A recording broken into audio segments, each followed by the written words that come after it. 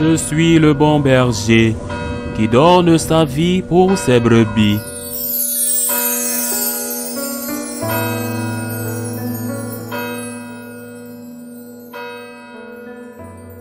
En ce temps-là, Jésus se mettait en route quand un homme accourut et, tombant à ses genoux, lui demanda : « Bon maître, que dois-je faire pour avoir la vie éternelle en héritage ?» Jésus lui répondit : « Pourquoi dire que je suis bon ? Personne n'est bon sinon Dieu seul. Tu connais les commandements. Ne commets pas de meurtre, ne commets pas d'adultère, ne commets pas de vol, ne porte pas de faux témoignages, ne fais de tort à personne, honore ton père et ta mère. » L'homme répondit : « Maître, tout cela je l'ai observé depuis ma jeunesse. » Jésus posa son regard sur lui et il l'aima. Et il lui dit : « Une seule chose te manque. Va, vends tout ce que tu as et donne-le aux pauvres. Alors tu auras un trésor au ciel. Puis viens, suis-moi. » Mais lui, à ces mots, devint sombre et s'en alla tout triste, car il avait de grands biens. Alors Jésus regarda autour de lui et dit à ses disciples : « Comme il sera difficile à ceux qui possèdent des richesses d'entrer dans le royaume de Dieu. » Les disciples étaient stupéfaits de ces paroles. Jésus, reprenant la parole, leur dit : « Mes enfants, comme il est difficile d'entrer dans le royaume de Dieu. Il est plus facile à un chameau de passer par le trou d'une aiguille qu'à un riche d'entrer dans le royaume de Dieu. » De plus en plus déconcertés, les disciples se demandèrent entre eux : « Mais alors, qui peut être sauvé ?» Jésus les regarde et dit : « Pour les hommes, c'est impossible, mais pas pour Dieu, car tout est possible à Dieu. » Acclamons la parole de Dieu. Cet extrait de l'évangile de Saint Marc nous permet de voir quelques points qui peuvent être erronés dans notre relation avec Dieu.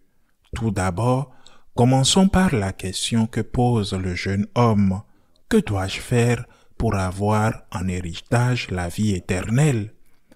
La vie commence et ne finit pas déjà, c'est-à-dire qu'il y a une seule vie, il n'y a pas deux vies, la vie ici et la vie après la mort.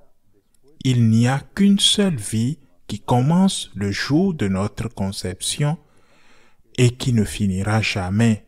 La vie après la mort est une continuation de la vie ici. Ce qui se passe, c'est que cette vie après la mort, que l'on peut appeler la vie éternelle, mais qui est en réalité la seule vie, l'unique vie que nous ayons, parce qu'elle a commencé ici, dans cette vie, et après la mort, nous pouvons la passer avec Dieu ou avec le diable. Mais que nous la passions avec Dieu ou avec le diable, c'est une vie éternelle. Ce n'est pas que ceux qui sont au ciel vivent et que ceux qui sont en enfer disparaissent après un certain temps. La vie commence le jour de notre conception et ne s'arrête jamais. Deuxième question. Ce jeune homme dont nous verrons plus tard qu'il est un bon garçon, qui a respecté les commandements, qui veut aller au paradis, ce jeune homme a un problème, et peut-être sans le savoir, nous avons aussi un problème. Il ne se pose pas la bonne question. Il ne se pose pas la bonne question signifie qu'il a ce problème. À qui pense-t-il ? À lui et à lui seul. Quelle est la bonne question à se poser ? Maître, j'aurais pu dire à Jésus : « Que dois-je faire pour plaire à Dieu ?» C'est la bonne question. Que dois-je faire pour aimer Dieu ? En disant « Que dois-je faire pour hériter la vie éternelle ?»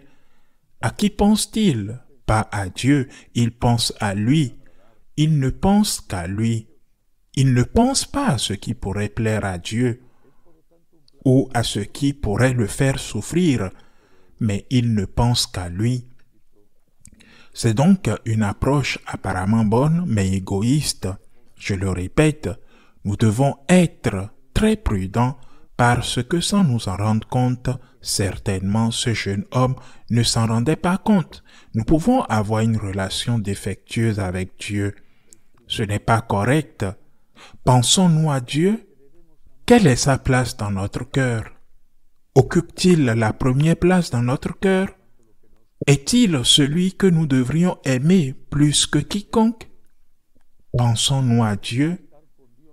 Et par conséquence, ce qui nous préoccupe, c'est de plaire à Dieu, de ne pas l'offenser, oui, être avec Dieu au ciel, mais ne pas l'offenser, ne pas le faire souffrir. C'est comme si un jeune homme demandait à son père, « Papa, que dois-je faire pour hériter ?» C'est le mot que ce jeune homme utilise, pour hériter, de l'héritage. Que dois-je faire pour avoir l'héritage? Que ressentirait le père? Il se dirait, il ne m'aime pas, il ne se soucie pas de moi, il se soucie que de mon héritage. Cette question est chargée sûrement, inconsciemment, de beaucoup de choses. Elle est chargée d'égoïsme. Il ne se soucie pas de Dieu, il se soucie de lui-même. En conséquence, ce que l'évangéliste raconte se produit plus tard, et le Seigneur lui dit, « Je ne veux pas de l'héritage, viens avec moi, laisse ce que tu as, viens avec moi, comme l'ont fait les apôtres, viens avec moi parce que la vie éternelle commence ici. » Le jour de notre naissance, la vie éternelle, c'est d'être avec Jésus, d'être avec Dieu. C'est ce qu'il y aura après la mort, parce que c'est ce qu'il doit y avoir aussi avant la mort. Si après la mort, le ciel est d'être avec Dieu, avant la mort, le ciel est toujours d'être avec Dieu. Nous sommes déjà au ciel quand nous sommes avec Dieu. Nous sommes déjà au ciel quand nous sommes dans la grâce. Et c'est pourquoi Jésus lui dit, « Tu veux être au ciel, viens avec moi, reste avec moi, suis-moi. » Si tu me suis, tu es déjà au ciel. Et le garçon, comme le dit l'évangéliste, s'en va. Il n'en est pas capable. Et pourquoi? Parce qu'il demandait autre chose. Il demandait le prix, le minimum à payer pour acheter un produit. Que dois-je faire, par exemple, pour hériter, pour recevoir l'héritage? Quel est le minimum? Et si ce que tu me demandes est trop, je préfère ne pas recevoir l'héritage. Le problème, je le répète, est à la racine de la question et de l'intention de ce jeune homme. S'il avait dit, « Maître, que dois-je faire pour plaire à Dieu? Que dois-je faire pour aimer Dieu? Que dois-je faire pour vivre toujours avec Dieu? » À la réponse de Jésus, il aurait peut-être dit autre chose. Le jeune garçon, « Je vais avec toi parce que tu es Dieu et être avec toi me suffit. Être avec toi, c'est être avec Dieu. Il n'y a pas de prix assez élevé pour payer cette merveilleuse récompense que d'être avec Dieu. » C'est pourquoi Jésus dit en retour, et c'est là que se termine l'extrait d'aujourd'hui, qu'il est difficile pour un riche d'entrer dans le royaume des cieux. Il est très curieux que les apôtres apprennent parfaitement cela parce qu'ils ne sont pas riches, ils étaient pécheurs. Peut-être que Matthieu avait été riche parce qu'il avait été collecteur d'impôts. Il avait quitté peut-être Nicodème, Saint Barthélemy aussi. Et les autres étaient tous pécheurs, c'étaient des gens simples. Ils n'étaient pas riches et pourtant ils sont effrayés. Pourquoi? Parce qu'ils se rendent compte qu'on peut être riche sans être riche, c'est-à-dire qu'on peut être riche et ne pas avoir d'argent. mais avoir le cœur fixé sur la richesse. Et ce cœur fixé sur la richesse ne peut pas être un cœur fixé sur Dieu.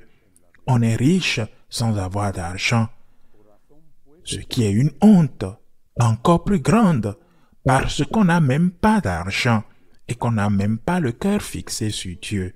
Mettez votre cœur sur Dieu, faites de Dieu la chose la plus importante dans votre vie, et vous verrez comment cela vous aide à vous purifier, à vous débarrasser de l'intérêt égoïste, et même à vous débarrasser de ces choses matérielles qui ne sont pas nécessaires, non pas pour vous en débarrasser, pour les jeter, mais pour faire ce que le Christ nous enseigne, ce sur quoi nous serons jugés.